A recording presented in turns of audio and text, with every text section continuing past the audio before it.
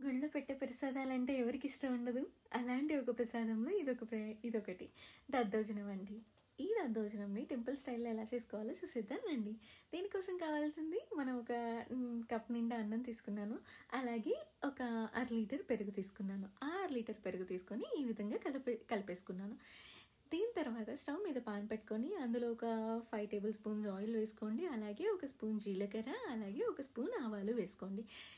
And సన్నగా తురిమి పెట్టుకున్న అల్లం, అలాగే సన్నగా కట్ చేసి పెట్టుకున్న పచ్చిమిర్చి అవి కూడా వేసుకొని అండ్ కొంచెం కరివేపాకు వేసుకొని ఫ్రై చేసుకోండి. అది కొంచెం బాగా ఫ్రై అయిన తర్వాత మనం దద్దోజనం పక్కన కలిపి పెట్టుకున్నాం కదా, అందులో వేసుకోండి. అలాగే ఒక స్పూన్ ఉప్పు కూడా వేసుకోండి.